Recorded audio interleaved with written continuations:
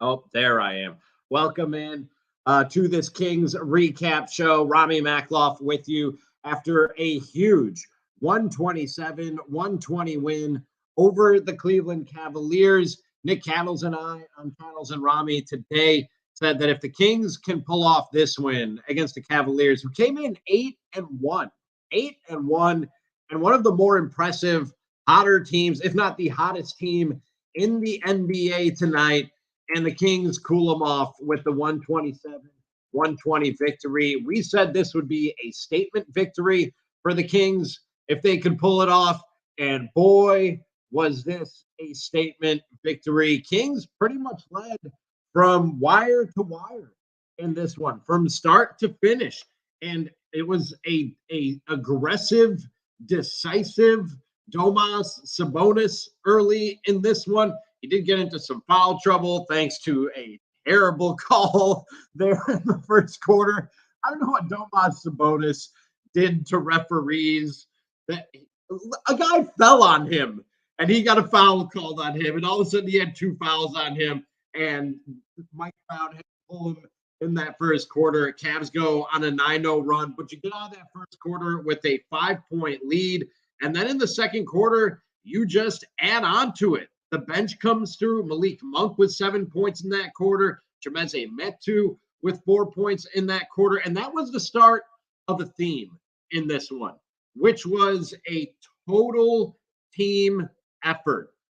Let me count how many guys. 7 guys in double figures. Sabonis leading the way with 21. Harrison Barnes, big night, 20 points for the Kings on the night. Trey Lyles with 16 off the bench. Malik Monk, who, as I just mentioned, had 7 there in the second quarter. He ended the game with 14. But there in that second quarter is where you started to see the Cleveland Cavaliers exploit their size advantage and their paint advantage. 20-2 points in the paint advantage for Cleveland there in the second quarter. But, and that was the other theme this evening, which was that the Kings were outsized. And everybody coming into this game knew that. We talked about it on Cattles and Rami this afternoon, weekdays, 3 to 6, Sactown Sports, 1140, about the size advantage that the Cavs have. This is one of the bigger, more skilled teams around the basket in the NBA. The Kings were going to have to do everything well if they were going to overcome that. And man, they did. You look at this game at the end of the day, and by my count, the Cavs outscored the Kings 56-40 in the paint. But they had a 46-16 advantage heading into the fourth quarter. I don't want to jump ahead too fast, too quickly here, but the Kings actually outscored Cleveland in the paint 14-10 in that final frame. But on the night, 56-40. The Cavs outscored the Kings in the paint this evening. And you look at the rebound advantage, 42-24.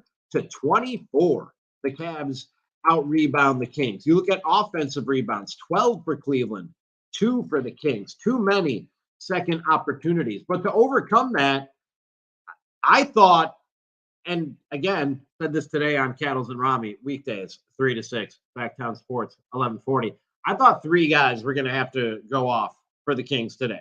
And 2 of them, anytime you need 3 guys to go off for the Kings, you would think 2 of them are Sabonis and Fox. Fox, a relatively quiet night. And I don't know what happened. He was subbed out in the fourth quarter and didn't come back till very late in this game. Not sure what happened. But in the meantime, as I mentioned, Harrison Barnes, 20 points. Keegan Murray, I almost said Kyler Murray. Keegan Murray, he finally wakes up and snaps out of this little slump that he's been in. 5 of 10 from the field, 4 of 7 from the three-point line. And man, Trey Lyles continues to ball out off the bench for this Kings team. 16 points, 5 of 9, 4 of 7 from 3, giving you some size, some presence around the rim in his 19 minutes. So there in the second quarter, as I get back to a little recap of this one, the Cavs did start to exploit their size and their advantage in the paint. But the Kings survived that as well. In the third quarter, Cavs get hot. They go 14 of 16 from the field. Kings went a little cold, 7 of 15 from the field. You thought the Kings stole the momentum, though, at the end of the quarter. De'Aaron Fox steal, little finger roll. And then Cleveland comes out in a 12-2 run to start the fourth. And it wasn't looking great. And that's when Coach Brown calls the timeout and De'Aaron Fox is subbed out of the game. And the defense, and I'm not saying this is because of De'Aaron Fox, and I'm not sure why De'Aaron Fox had that long absence in the fourth. The defense looked a lot better after that. And you were able to go on a little run of your own. And the Kings come out with a 127-120 victory over the Cavs tonight. Few other observations. Like I said, really, really nice to see Keegan Murray wake up. I think a little home cooking was just what he needed. He needed some love from the home crowd. We don't know what it is, but we know he's been dealing with a family issue and also just rookies going to struggle, man. That's going to happen. Sabonis, and this has been the theme in his little resurgence. I guess we can't even call it a resurgence, but waking up after a slow start to the season. He was aggressive. He was decisive. He was attacking when he got the basketball. He wasn't indecisive when he got it. He wasn't herky and all over the place. He knew what he was going to do with the basketball and getting to the free throw line. And the whole team was really aggressive in getting to the free throw line. And like I said, that's just another thing that they were going to have to check off to overcome the size advantage that the Cavs had in this one. Kings go to the line 35 times in this one to the Cavs 20, and they hit 30 of those 35 free throws. That was huge in this one. That's another one of those little things that the Kings were going to have to do and are going to have to do if they're going to beat teams that on paper are better than them and have matchup advantages over them. Total team effort. And one more thing, then I'm going to read some of your comments on the YouTube page, youtube.com/Sactown Sports 1140. I see y'all out there. I appreciate you. Give us the thumbs up. Give us the subscriptions. Man, Mike Brown has absolutely had it with referees. Mike Brown is just done with their nonsense. He's fed up, man. He is fed up. Mike Brown is completely and totally done with referees. He wanted to challenge one in the fourth quarter there. They told him that's not challengeable. And then he ended up challenging the foul on Trey Lyles, and they did call it a foul. I didn't see a foul on that one. And I guess you can't really complain when you go to the line 35 times to the Cavs 20 times. But, man, I don't know what referees have against the Sacramento Kings. Neither does Mike Brown. And he has absolutely had it. Earl comments, Barnes is back. I don't know if I'm ready to declare him back, but, man, it sure is nice. And that's going to go a long ways if you can get nights like this from Harrison Barnes on any consistent basis. Anything close to this from Harrison Barnes on any consistent basis is going to be a huge plus for the Kings. 20 points and efficient. 6 of 8 from the field. 2 of 4 from the three-point line. 6 of 8 from the free throw line. Getting to the hoop. Drawing the fouls. 9 rebounds on the night. Harrison Barnes had himself an evening. I don't know if I'm ready to say he's back, but he had himself a night, and that's a step in the right direction. Keeping the faith says fire the laser #victory beam. I don't know exactly what that means. Is there a victory beam? I did see a beam of light the other night. Was that after a Kings win? I can see downtown from my balcony. I don't know. Is there a victory beam? Somebody tell me in the comments if there's actually a victory beam. Something for Battle Rat. It says Murray and Barnes stepped up finally. Yeah, man. And Run DMG says Lyles with 3 high five emojis.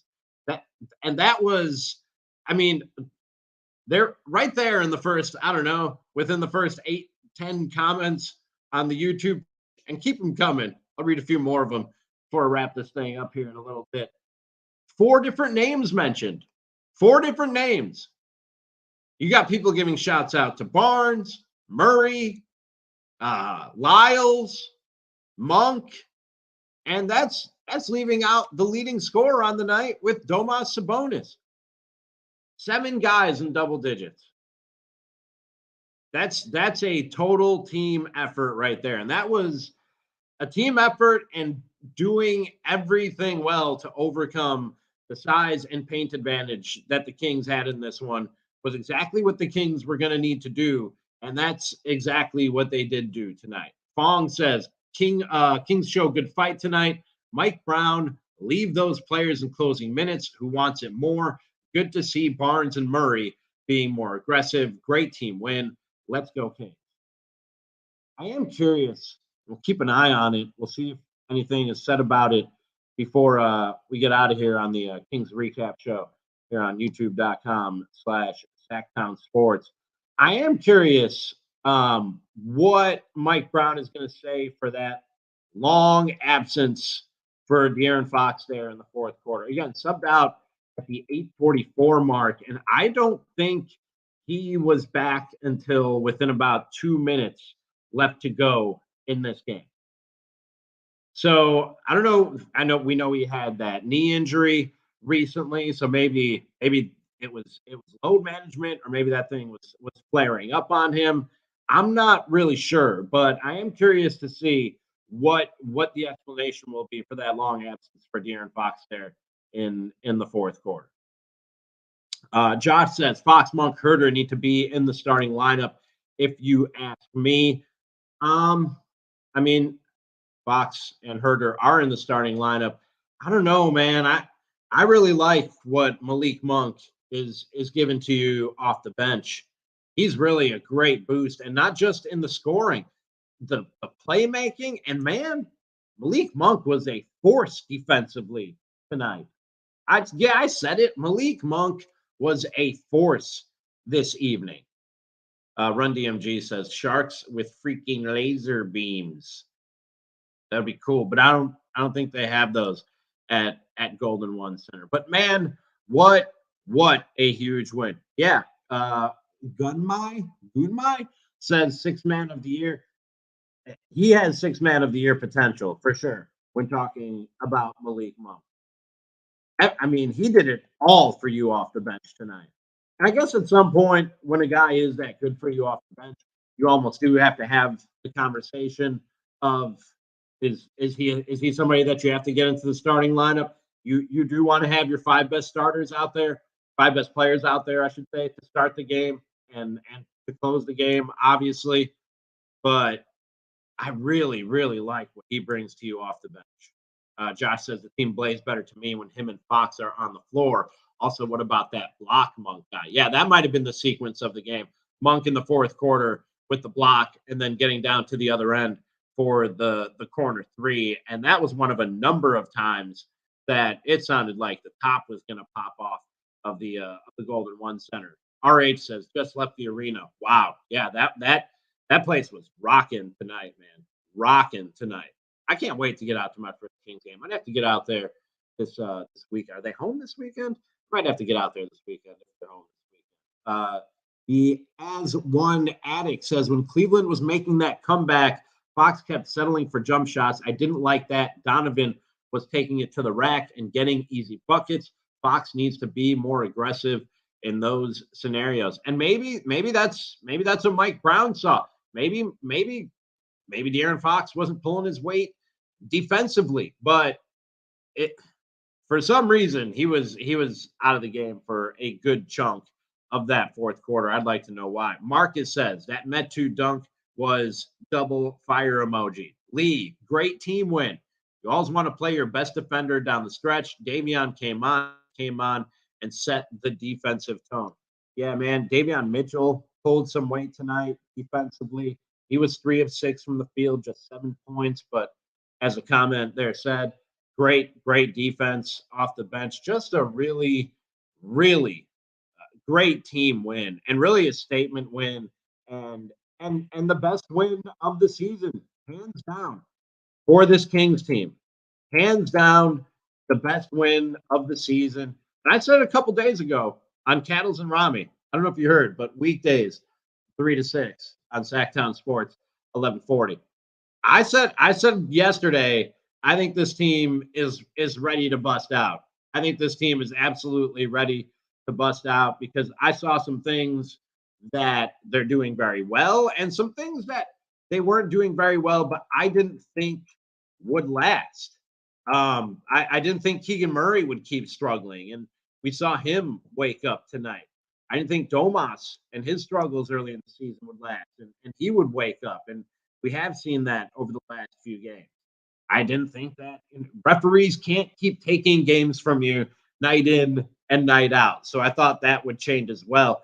I saw a lot of things pointing in the right direction or things that were bound to turn themselves around here soon and they're starting to. And this win here, 4-6 to close out a very tough 10-game stretch to open the season. I think anybody would have taken that when they saw the schedule when it first came out. So really, really, really great night for Kings fans tonight as they topped the Cavaliers 127-120.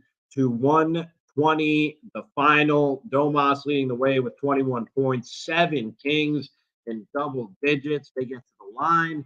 They did it all well tonight, except they're outsized in the paint, points in the paint, big advantage for Cleveland. Rebounds, big advantage for Cleveland. You needed a total team effort to get the win tonight, and the Kings get just that 127-120, the final out at Golden One Center. I'm sure much more about this win tomorrow morning on the Carmichael Dave Show with Jason Ross, getting going 6 a.m. on Sactown Sports 1140. And I'll be back talking more Kings with my partner, Nick Cattles, starting at 3 p.m. tomorrow. Rami Maklov saying thanks for tuning in to the Kings Recap Show at youtube.com/Sactown Sports after each and every Kings game. We'll talk to you next time. Thanks.